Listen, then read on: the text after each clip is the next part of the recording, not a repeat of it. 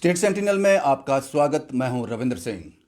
Ukraine और रूस के हालात लगातार दिन ब दिन और बदतर होते जा रहे हैं और भारत सरकार की पूरी कोशिश है कि जल्द से जल्द, और वक्त नहीं लगना चाहिए, ऑपरेशन गंगा के तहत जितने भी भारतीय स्टूडेंट्स वहाँ हैं उनको निकाला जाए और बड़े हद तक इसमें कामयाबी मिल रही है।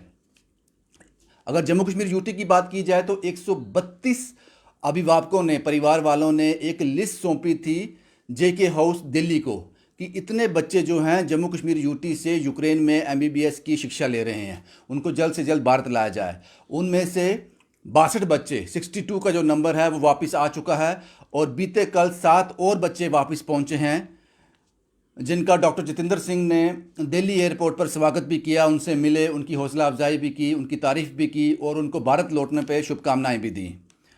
कल एक और एमबीबीएस का स्टूडेंट जो जम्मू से ही है, शाश्वत गुप्ता, वो भी वापस आए हैं। इनके परिवार वालों को भी राहत की सांस इन्होंने ली है। एक लंबे अरसे से ये परेशान थे, जब से ये अनाउंस हुआ था, जब से ये सुर्खियों में है कि रूस और यूक्रेन के बीच हालात जो हैं वो ख़राब हो गए हैं। मेरे साथ शाश्वत जी हैं। सबसे पहले आपसे जानना चाहूँगा, शाश्वत जी, आपको मुबारक है, आप घर वापसी आपको मुबारक हो। Thank you. शुरुआती दौर में, शुरू से क्या आपको लगा, कैसे पता चला कि युद्ध शुरू हो गया है? उसके बाद घर पहुंचने तक की कहानी क्या है? सर, एज यूजुअल जैसे हम सोए हुए थे सबके सब फ्रेंड अपने अपने रूम में, तो मेरा फ्रेंड एकदम आता है मेरे पास। सुबह के 5 बज रहे होते हैं यूक्रेन की टाइमिंग में। मेरा फ्रेंड आता है एंड वो मुझे बोलता है कि उठ भाई, वॉर लग चुकी है। और मुझे तो उस टाइम कुछ समझ नहीं आता कि क्या चल रहा है, बट हम टीवी चैनल्स पे न्यूज़ वगैरह देखते हैं तो पता लगता है कि यूक्रेन और रशिया के बीच वॉर स्टार्ट हो चुकी है। तो ऐसे ही दिन बीतता जाता है। जस्ट जैसे न्यूज़ पढ़ते हैं हम भागते हैं कि भाई चलिए अब वॉर स्टार्ट हो गई है, हम खाने वगैरह का सामान ले आते हैं, स्टोर कर लेते हैं अपने पास। आप कौन से एरिया में थे? हम पुजना की मेन कीव में थे, मतलब कैपिटल कह सकते हैं, अब यूक्रेन की सेंटर में थे कीव में। तब इतनी इन्फॉर्मेशन ये फैली हुई नहीं थी। हम बाहर भी निकले घर से तो लोग भी नॉर्मल थे, किसी को इतना पता नहीं था कि वॉर ऑलरेडी स्टार्ट हो गई है। ठीक है, तो हम गए स्टोर्स में, हमने सामान वगैरह इकट्ठा करना स्टार्ट कर दिया, स्टोर करना स्टार्ट कर दिया। तो सामान लेके जब हम वापस घर में आते हैं, फिर हम जाते हैं कि हम सोचते हैं कि कैश भी निकलवा लें जो हमें ज़रूरत पड़ेगी। मे बी वॉर है, कितना लंबा चलेगी, कोई आइडिया नहीं है इस चीज़ का। तो हम एटीएम की तरफ जाते हैं, वहाँ हम देखते हैं कि एटीएम पे कम से कम 100 से ज़्यादा लोग खड़े हुए हैं, सिर्फ वेट कर रहे हैं कैश निकलवाने के लिए। फिर हमें लग जाता है कि ये हालात इतना खराब है। इजी नहीं है, टाइम के साथ ये और ख़राब होता जाएगा। तो हम अपने फ्रेंड्स जोन जितना भी होता है, हमारे स्टूडेंट्स वगैरह, इंडियन स्टूडेंट्स जितने भी हैं, उनको हम कॉल करते हैं, इन्फॉर्म करते हैं कि भाई आप भी सामान वगैरह स्टोर कर लीजिए, वॉर स्टार्ट हो चुकी है ऑलरेडी। वैसे ही चलता जाता है। वो दिन निकलता है, next day Indian government embassy हमें एडवाइजरी जारी करती है कि आप अपने आसपास के बंकर्स वगैरह हैं, जो आपके वहाँ पे शेल्टर्स हैं, उनकी हमारे पास लोकेशन सेंड कर देती हैं कि आप यहाँ पे चले जाइए करिए रहने के लिए। कम से कम अपने फ्लैट पे रहिए, ज़्यादातर अपना टाइम स्पेंड शेल्टर और बेसमेंट पे कीजिए। तो वही वैसे ही सेकेंड डे से हमें आदत डालनी पड़ती है। हम सुबह उठते थे, खाना वगैरह खाते थे। डर सा तो रहता था डे बाय डे कि निकले कब वहाँ से, कैसे सर, पॉसिबल हो पाया? निकलना हमारे लिए पॉसिबल तो काफ़ी मुश्किल था, क्योंकि इंडियन एम्बेसी गाइडलाइंस तो जारी कर रही थी, बट 20,000 बच्चा था स्टूडेंट्स में से यूक्रेन में। तो इतना इजी नहीं था कि प्रॉपर कांटेक्ट नहीं हो प्रॉपर रहा था। कांटेक्ट नहीं हो पा रहा था हमारा। लास्ट डे जब हमारी advisory I, Indian government of मतलब एम्बेसी ऑफ इंडियन गवर्नमेंट ने कहा कि जिसको ज़रूरी काम है यूक्रेन में वो रुक सकता है, बाकी एल्स आप चले जाइए। बट एक प्रॉपर गाइडेंस होती है वो हमारे को मिली नहीं थ्रू इंडियन एम्बेसी। कह सकते हैं आप कि एक वे एम्बेसी का काम होता है हमें छोड़ना वहाँ तक। उन्होंने बोला बॉर्डर तक पहुँच जाइए, बट हमें बॉर्डर तक पहुँचे कैसे हमें ये नहीं पता था, कैसे हम बॉर्डर तक पहुँचे, पॉसिबल कैसे हुआ? पॉसिबल कैसे है, वे कैसे है। चलिए, हम तो 5th year 6 final year students हैं, हमारे लिए थोड़ा डिफ़िकल्ट, मतलब इतना डिफ़िकल्ट नहीं था, क्योंकि हम नाउन थे। हाँ पहले भी उस जगह से नाउन थे। हमें पता है कौन सा वे लेना है, कहाँ से बॉर्डर तक पहुँचना है। तो तो कैसे पहुंचे अपने उस डेस्टिनेशन से? आप उस बॉर्डर तक कैसे पहुंचे? सर, मैं कीव में था, ये है लगा लीजिए आज से 7 दिन पहले की बात। 7-8 दिन हो गए इस बात को। कीव में हमने प्लान किया, उस दिन हमने निकलने का सोचा, वहाँ पे कर्फ्यू लगा हुआ था 7 बजे तक सुबह। तो हमने प्लान किया, हम सारे 5 बजे उठे। मेरे साथ मतलब हम 12 to 15 बंदों का ग्रुप था, जिसपे boys and girls included mix सब थे। जम्मू कश्मीर के थे या बाहर के थे? नहीं, बाहर के थे। ये मेरे साथ के जो रहते थे और मेरे हाँ, क्लोज absolutely, फ्रेंड्स थे, absolutely. बिल्कुल। Then, मैं then, then, then. फिर हमने प्लान किया कि हमें यहाँ से निकलना चाहिए। लास्ट एडवाइजरी भी आ गई है, गवर्नमेंट ने बोल दिए है छोड़ने के लिए यूक्रेन, तो हमें छोड़ना चाहिए। हम 5 बजे उठे, हमने फ्रेशअप वगैरह हुए, सामान वगैरह इकट्ठा किया, थोड़ा बहुत जो जो यूज़ का सामान था। देखिए हम सारा सामान तो साथ पे ला नहीं पाए। वो ट्रांसपोर्ट क्या था हाँ, जब निकले? ट्रांसपोर्ट ये था कि हमने ऑर्गेनाइज़ किया, पहले हमने टैक्सी को कॉल किया। टैक्सी भी वहाँ पे अवेलेबल नहीं थी, बहुत ही मतलब 1-1.5 घंटा इधर उधर कॉल कूल कर के एक टैक्सी वाला रेडी हुआ, जिसने बोला मैं आपको रेलवे स्टेशन तक छोड़ दूंगा। Then, और हमारे घर से रेलवे स्टेशन का डिस्टेंस था ओनली 30 मिनट्स बाय कार। उसने वो एग्री हुआ, वो बोला कि ठीक है, हम मैं आधे घंटे पे आ जाऊंगा, जब कर्फ्यू खुलेगा आधे घंटे पे आ जाऊंगा।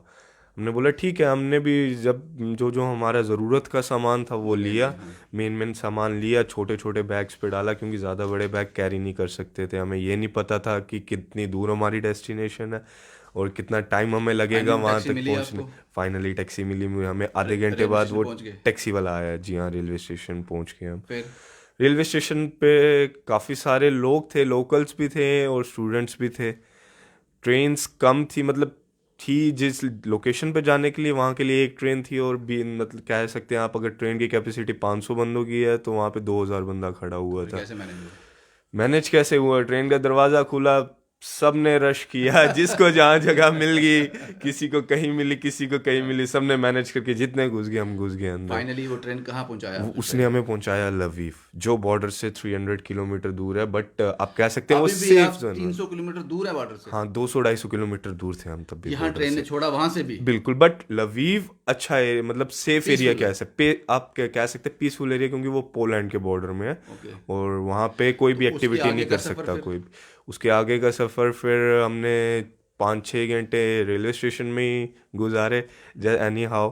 उसके बाद हमें नेक्स्ट ट्रेन मिली उज़गोरोद की, जो उज़गोरोद बॉर्डर है, स्लोवाकिया के साथ पड़ता है उज़गोरोद बॉर्डर। उसकी ट्रेन मिली, वो पकड़ी। 3-4 घंटे बाद उज़गोरोद पहुंच गए हम। वहाँ पे इंडियंस मतलब कॉन्ट्रैक्टर्स हैं, वो कर रहे थे, बच्चों को टेक केयर कर रहे थे, वो हॉस्टल्स वगैरह प्रोवाइड कर रहे थे, शेल्टर फूड्स सब कुछ प्रोवाइड कर रहे थे वो उनको। हम गए उनके पास, उन्होंने बोला कि आप यहाँ 2-3 दिन रुक जाइए, हम अरेंज करेंगे आपका ट्रांसपोर्टेशन बॉर्डर तक पहुँचाने का। बॉर्डर वहाँ से हार्डली 10 किलोमीटर था, ज़्यादा नहीं था। तो उन्होंने बोला कि हम आपको पहुँचाने की कोशिश करेंगे वहाँ तक, आपको 2-3 दिन यहाँ पे ही रुकिए, खाने शाने की कोई दिक्कत नहीं। बट हमें एनी हाउ निकलना था वहाँ से। डर सा बैठा था कि यूक्रेन में अभी हम कुछ भी हो सकता है। भी हो सकता है। तो हमने क्या किया, हमने उसी दिन सब, मतलब हम 5 फ्रेंड्स थे, मेरे जो फ्लैटमेट्स थे, हमने डिसाइड किया कि नहीं, हम चलते हैं बॉर्डर की तरफ, चलते हैं यहाँ तो स्टे आगे का नहीं करने ट्रांसपोर्ट के। क्या था? आगे का फिर हमने टैक्सी लिया आगे से एक तो और। इतने पैसे थे आपके पास? देखिए, यूक्रेन में रहने तक तो खर्चा हम ही ने किया, और इस इतने। सब के लिए आप पे कर रहे थे? जी हाँ, ये सब के लिए हम पे कर रहे फाइनली थे। आप कहाँ पहुंचे फिर? फाइनली हम पहुंचे बॉर्डर में स्लोवाकिया के। उसके बाद? उसके बाद का एक्सपीरियंस वो टोटली डिफरेंट था। वहाँ पे अगर आप कह सकते हैं, वहाँ पे इंडियन गवर्नमेंट के एम्बेसी की, जो इंडियन एम्बेसी स्लोवाकिया में है, वो उन्होंने हमें रिसीव किया बॉर्डर में। वहाँ से और जम्मू आने तक अभी तक मेरा सिर्फ और सिर्फ 200 रुपये खर्चा हुआ, वो भी पेनल्टी पड़ी मेरे को एयरपोर्ट पे एक्स्ट्रा लगेज की, दैट्स इट। उसके बाद कोई पैसा नहीं लगा? कोई पैसा नहीं। मैंने 3 टाइम का खाना भी खाया, अच्छा 3 टाइम, मतलब रहा भी अच्छी जगह में, और यहाँ तक पहुँचने तक, जम्मू में तक भी मैं फ़्लाइट पे आया। ऑपरेशन गंगा जो भारत सरकार ने लॉन्च किया है इसी सब स्टूडेंट्स को वापस लाने के लिए, किसी हद तक वो कामयाब हो रहा है? क्योंकि एक बड़ा नंबर है, सबको एक कुछ परेशानियां तो आएंगी, एकदम से इतना आसान नहीं है। जी हाँ, वो आप कह सकते हैं। तो आप ये कह सकते हैं कि वहां से लेकर जो लास्ट डेस्टिनेशन था, वहां से लेकर इंडिया तक, आपके घर तक, उसके बाद कोई पैसा नहीं लगा? नहीं, बिल्कुल नहीं, बिल्कुल नहीं।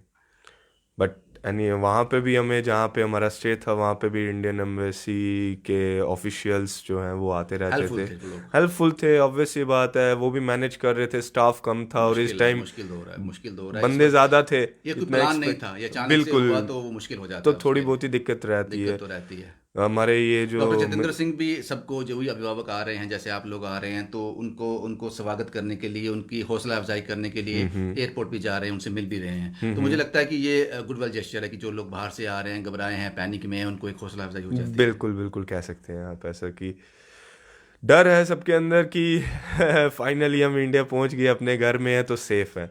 सेफ है। जी हाँ, पहले तक तो डर ये था। जो आपका जो सफ़र रहा, ये कुछ दिन पीछे रहे, ये ज़िंदगी भर याद रहेंगे। एब्सोल्युटली, ये life time till the death ये याद रहेंगे। फैमिली के टच में थे?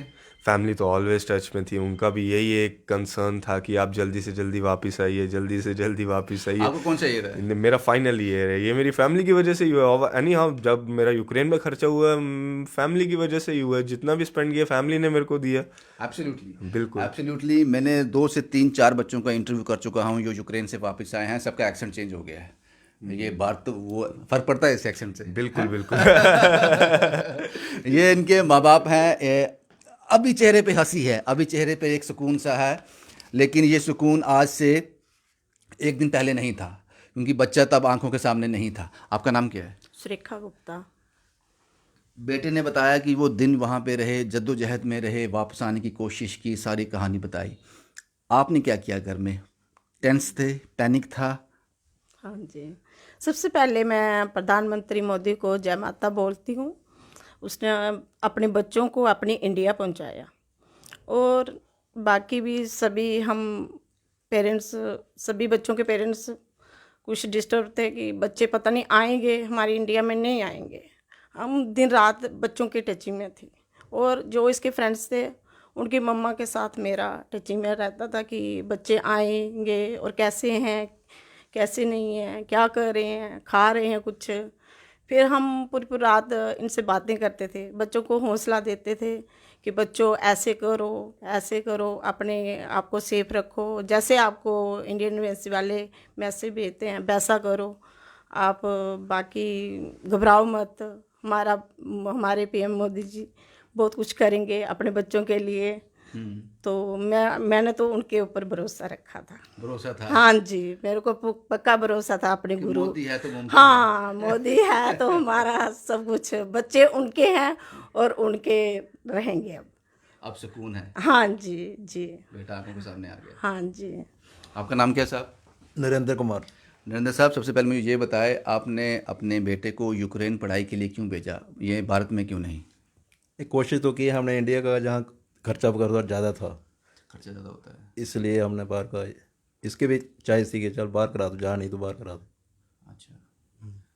क्या बाप बाप बाप रोता नहीं है, आंख में आंसू नहीं आते, लेकिन दिल में तो एक दर्द रहता है बेटे के लिए। वो तो रहता है, चिंता आदमी की मजबूरी है ना, रो नहीं सकता। नहीं, वो तो है, आदमी रोएगा तो फिर और बाकी घर वालों का क्या, मुश्किल उनको भी था। हौसला देना पड़ता है। मुश्किल था, आपके लिए भी मुश्किल था। मुश्किल था जी, 7-8 दिन तो हमारे आपको लिए दोनों को संभालना था, बेटे की टेंशन भी थी और परिवार की भी थी। चलो ऊपर वाले की कृपा होगी।